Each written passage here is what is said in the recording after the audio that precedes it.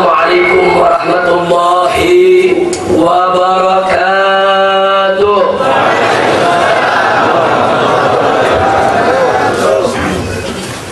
Alhamdulillah, alhamdulillahilladzi arsala rasulahu rahmatan lil alamin. Alhamdulillah, alhamdulillahilladzi ja'ala nabiyyahu khataman nabiyyin. Alhamdulillah, alhamdulillahilladzi yaqulu fi haqqi sayyidil mursalin, innallaha wa malaikatahu yusalluna 'alan nabi ya ayyuhalladzina amanu sallu 'alaihi wa sallimu taslima. Semuanya Allahumma salli wa sallim wa barik 'alaihi wa 'ala alihi wa ashabihi. Ashhadu an la ilaha illallah wahdahu la syarika lah wa ashhadu anna sayyidana Muhammadan abduhu wa rasuluh la nabiyya ba'dah. Allahumma salli wa sallim wa barik ala sayyidina wa habibina wa syafi'ina wa maulana nabiyyina Muhammadin wa ala alihi tahirin at-tayyibin wa ashabihi al-ghurr al-mayamin wa man tabi'ahum bi ihsanin ila yaumiddin. Ahiba'il kiram, usikum jami'an wa nafsi bi taqwallah wa bi ta'ati Rasulillah sallallahu alaihi wasallam. Fa nas'alullah subhanahu wa ta'ala an yahdiyana ila siratil mustaqim wa yaj'alana minal muttaqin wa yudkhilana jannatahu jannatan na'im bi haqqi sayyidil mursalin walhamdulillahi rabbil alamin. Taqabbalallahu minna wa minkum fataqabbal ya karim. Kepada para habaib, para masyayikh, para alim ulama, para kiai, para asatidah, para tuan-tuan guru, tokoh dan sesepuh masyarakat, sebagaimana kita sama maklumi, kita sudah masuk dalam minggu yang pertama daripada bulan Rabiul Awal tahun 1428 Hijriah, bulan di mana terjadi peristiwa penting dan bersejarah, yaitu peristiwa kelahiran seorang manusia besar yang mempunyai nama besar karena memiliki kepribadian dan akhlak yang besar. Semua itu tidak lain dan tidak bukan karena dididik dan dibesarkan oleh Yang Maha Besar.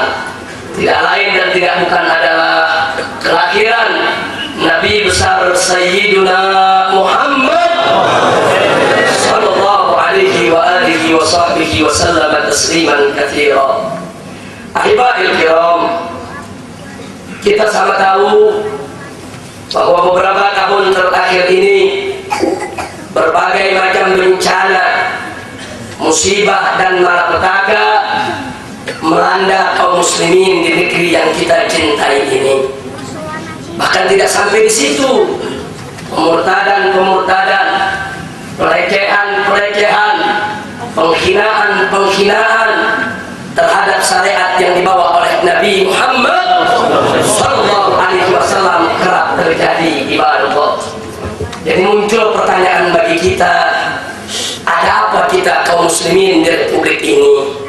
Kita mayoritas, tapi kita tertindas. Kita mayoritas, tapi orang-orang di luar Islam tidak punya rasa kesegaran terhadap kita, apalagi takut kepada kita di Allah. Akibatnya mereka begitu berani untuk memurtadkan saudara-saudara kita secara terang-terangan. Akibatnya mereka begitu berani untuk melecehkan Al-Quran, melecehkan ajaran Islam. Mereka bahkan lebih dari itu berani untuk mengusir kaum muslimin dari kampung halamannya, berani membantai, mengintimidasi dan menganiaya kaum muslimin di berbagai macam daerah yang ada di Republik ini. Ibadah Allah, ada apa sebetulnya dengan kita? Maka sebelum kita jawab ini, ibadah Allah, kita ingin ingatkan kepada semua yang ada bahwa suka duka kita juga merupakan suka duka Rasulullah sallallahu alaihi wasallam. Allah yang mengatakan dalam Al-Qur'anul Karim, faqala ta'ala, la akum rasulun min anfusikum azizun alaihi ma anittum harisun alaikum bil mu'minina raufur rahim. Sadaqallahul aliyul azim.